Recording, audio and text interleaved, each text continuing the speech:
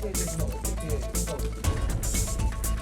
글쎄 뭐 제가 지금 오늘 아침부터 일찍 나와서 다니다 보니까 아침에 그 기사를 제가 누가 보내줘서 보기는 했는데 사과문이라든가 이런 거는 아직 보지는 못했고 뭐 이런 형사법 위반이 명확한 이런 뭐 증거나 이런 거로 확인이 됐을 때는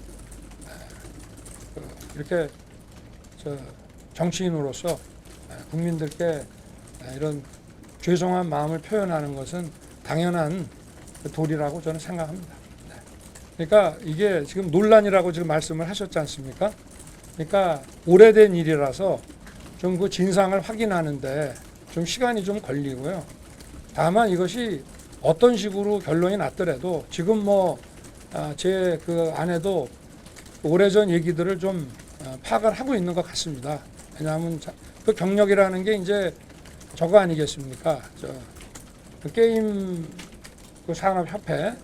그런데 그게 제가 어제 그 들어가서 얘기 들어본 상황으로는 아마 그 민주당에서는 2004년에 법인화가 됐는데 어떻게 이사를 2002년부터 하냐 뭐 이런 얘기들이 있었는데 그 법인화가 되기 훨씬 전인 그 2000년부터도 그게 연합회 형태로 해서 그 사단으로서 아직 법인화 되기 전에도 존재해 왔고 또 거기 있는 분들도 알고 있었고 그리고 그 이사라고 하는 것이 이런 비상근 뭐 이런 것이 무보수 비상근 이사라고 하는 거는 우리가 뭐 다양하게 그 뭐 법인이 아니어도 얼마든지 있을 수 있고 또 법인에도 등기 이사만 있는 것이 아니라 다양한 형태가 있기 때문에 이것이 어느 정도가 뭐 관행이고 또 어느 정도가 허용할 수 없는 건지는 좀 워낙 오래된 일이나 좀 파악을 해야 될 것 같습니다.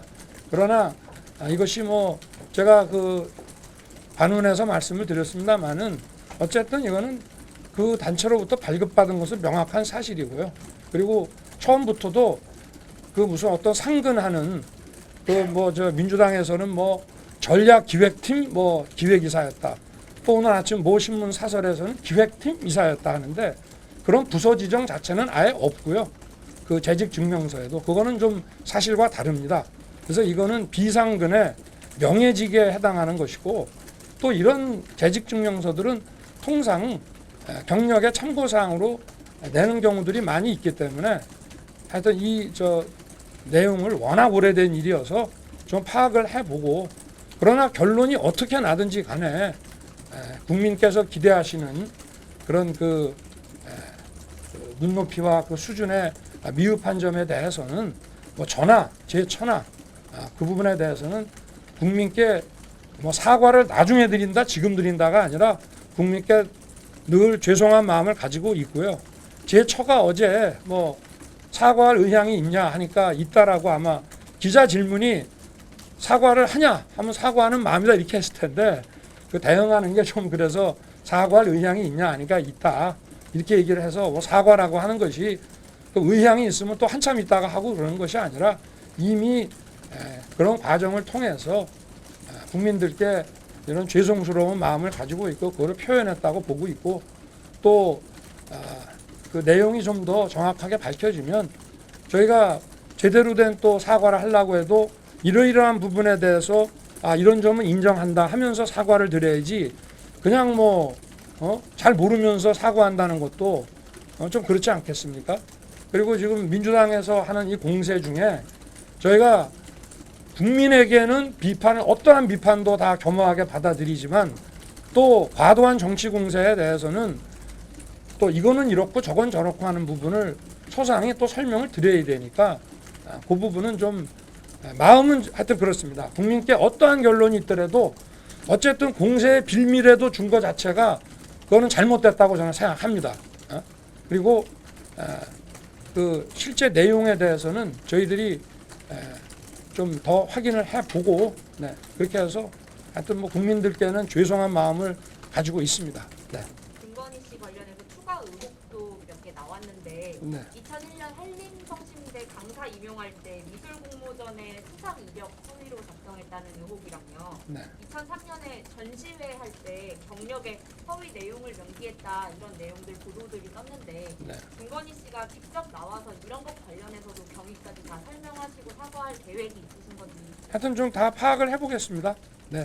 그리고 어느 쪽의 일방적인 주장이 꼭 맞다고 할 수도 없는 것이고요.